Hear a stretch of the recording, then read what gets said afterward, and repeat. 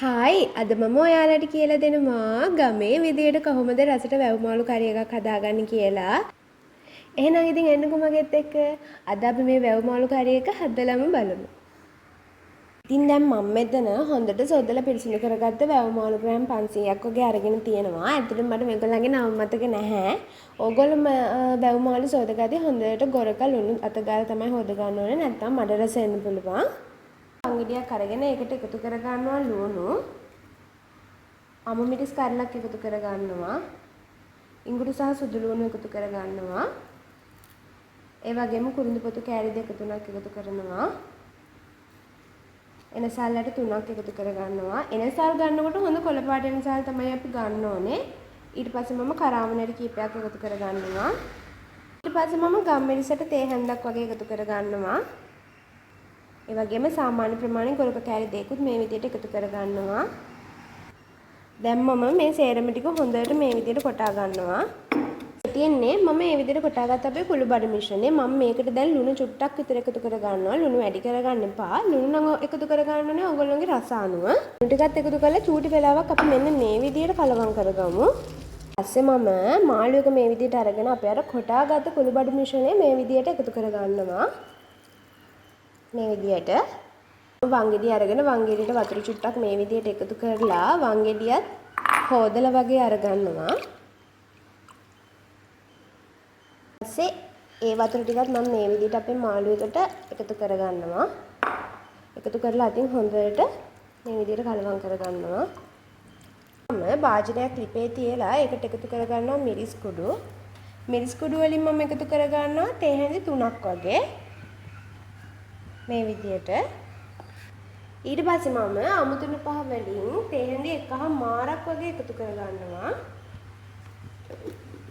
එකතු කරලා අපි දැන් මේ විදිහට කබල චුට්ටක් බැදගමු අඩු ගින්දරේ සාමාන්‍යයෙන් පාට ටිකක් වෙනස් වෙනකන්. මම ඔයාලට පෙන්නන්නම් අපි ගන්න ඕනේ පාට කොහොමද කියලා. දැන් අපේ මිරිස් කුඩු එක මෙන්න මේ වගේ ප්‍රමාණයට බැදුනහම ඇති. අපි දැන් මේක ලිපෙන් අයින් කරගමු. කබලේ බැදගත්ත මිරිස් කුඩු ටික මම මෙන්න මේ විදිහට එකතු කරනවා අපේ මාළු එකට. ඒ එකතු කරලා මම හැන්දකින් චුට්ටක් විතර මේ විදිහට කලවම් කරගන්නවා. දැන් මම ඇතිලයක් ලිපේ තියලා ඒකට එකතු කරගන්නවා පොල් තෙල් ටිකක්. තෙල් ටික රත් වෙගෙනදී එකතු කරනවා උළුහල් තේ හැඳි කාලක්. ඊට පස්සේ රම්ප කෑලි දෙක තුනකුත් එකතු කරගන්නවා. ඒ එකතු කරලා මම චුට්ටක් විතර හැන්දෙන් මේ විදිහට කලවම් කරගන්නවා උළුහල් ටික බැදෙනකන්. ඔන්න ඉතින් උළුහල් ටිකත් මේ විදිහට බැදීගෙන එද්දී මම එකතු කරගන්නවා අපේ මාළු ටික. මේ විදිහට මම මාළු ටික එකතු කරගන්නවා.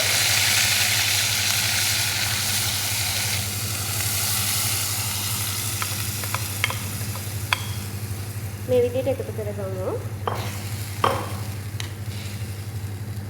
දැන් අපි මේ මාළු එක පියනකින් වහලා හොඳට තම්බ ගමු. ගොඩාක්ම බැරි වෙනකන් තම්බ ගන්නේ නැහැ. සාමාන්‍යයෙන් අපි මාළු ටික තම්බගෙන ඉමු. ඔන්න දැන් අපේ මාළු එක හොඳටම තැම්බිලා තියෙන්නේ. දැන් මම මේ වෙලාවෙදි එකතු කරගන්නවා උකු පොල් කිරි කෝප්පයක් විතර. මේ විදියට එකතු කරලා මම චුට්ටක් විතර කලවම් කරගන්නවා. වැඩිම මේවා කරන්න නැතුව නැත්නම් මාළු ටික කුඩු වෙන්න පුළුවන්. ඒ හින්දා මෙන්න මේ විදියට කලවම් කරගන්නවා.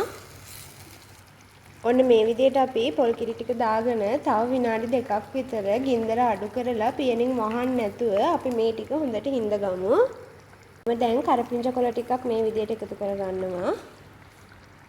ඊට පස්සේ මම ලුණු කුඩු චුට්ටක් විතර මේ විදියට එකතු කරගන්නවා. මොකද මට නම් ලුණු චුට්ටක් මදි. ඒක නිසා මම එකතු කරගන්නවා. ඔයාලට රස අනුව එකතු කරගන්න පුළුවන්. ඒකතු කරලා චුට්ටක් විතර කලවම් කරගමු. මේ විදියට ඔන්න දැන් අපේ වැව් මාළු එක හරි. මම මේ වෙලාවේදී අපේ ලිපේ ගින්දර ඕෆ් කරගන්නවා. ලිප ඕෆ් කරලා මම එකතු කරනවා බැදගත්ත 3-5 කුඩු චුට්ටම චුට්ටක්. ඒ කියන්නේ තේ හැඳි කාලක් වගේ. අපි මේක මාළු එක උයාගෙන ඉවර වෙලා ලිප ඕෆ් කරලා තමයි අපි එකතු කරගන්න ඕනේ. ඒකතු කරලා මම චුට්ටක් විතර කලවම් කරගන්නවා. ඔන්න ඉතින් මේ දිනේ මම මේ විදිහට හදාගත්ත අපේ වැව් මාළු කරි එක. ඕගොල්ලන්ට මේක පොල් කිරි එකතු කරන්න නැතුව වතුරෙන් උනත් හදාගන්න පුළුවන්. ඉතින් මේ විදිහට තමයි මම නම් වැව් මාළු කරි එකක් හදාගන්නේ. ඉතින් ඕගොල්ලොත් අනිත් දවසේ වැව් මාළු කරි හදද්දි මෙන්න මේ විදිහට හදලා බලන්නකෝ කොහොමද වෙනස කියලා. හදලම බලන්නකෝ.